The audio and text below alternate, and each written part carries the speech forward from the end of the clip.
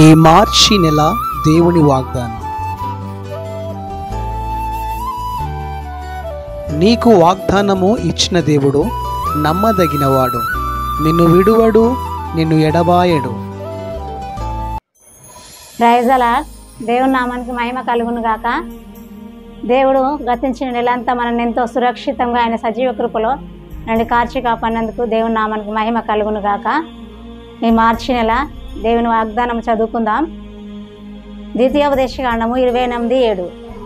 నీ మీద పడు నీ శత్రువులను యెహోవా నీ ఎదుట హతమగునట్లు చేయును.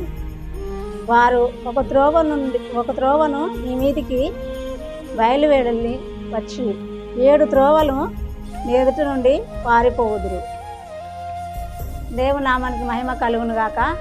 మరి ఈ శత్రువులు ఎంతో నీ బాధలు, ఇబ్బందులు, ఇరుకులు, ఆ సమస్యలన్నీ నీకు శత్రువులుగా ఉండవచ్చు.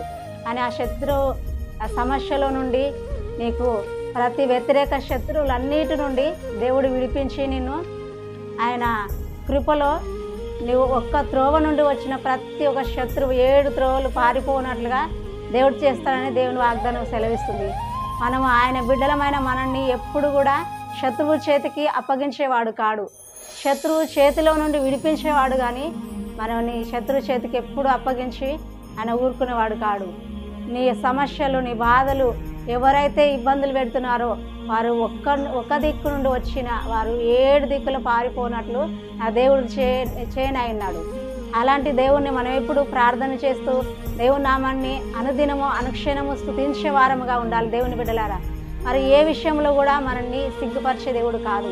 ఒక్క దిక్కు నుండి వచ్చిన శత్రువు 7 దిక్కులు పారిపోనట్లు దేవుడు చేస్తాడు. నీ ఎదుట నుండి శత్రువు హతమగినట్లు ఆయన నీ సమస్యలు కావచ్చు, నీ అప్పుల బాధలు కావచ్చు, నీ ఆర్థిక ఇబ్బందులు కావచ్చు, మరి ఏ స్థితిలో నీవు ఉన్నావో కానీ ఆ స్థితిలో అన్నిటి నుండి ఆ దేవుడు నేను విడిపిస్తానని వాగ్దానం చెప్తుందో.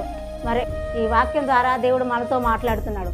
కాబట్టి మనం ఎప్పుడు కూడా ఆయన సన్నిధిని వేరుగా ఉండకూడదు. ఎప్పుడు ఆయన సన్నిధిని వెతుకుతూ దేవుడు సన్నిధి మనకు తోడుగా ఉంటున్నట్లుగా మనం ఎప్పుడు ఆయన సన్నిధిని వెతుకుతూ ఆయన సన్నిధిలో మోకాళ్ళ నుంచి ప్రార్థించి బిడ్డలంగా మన ముందును గాక.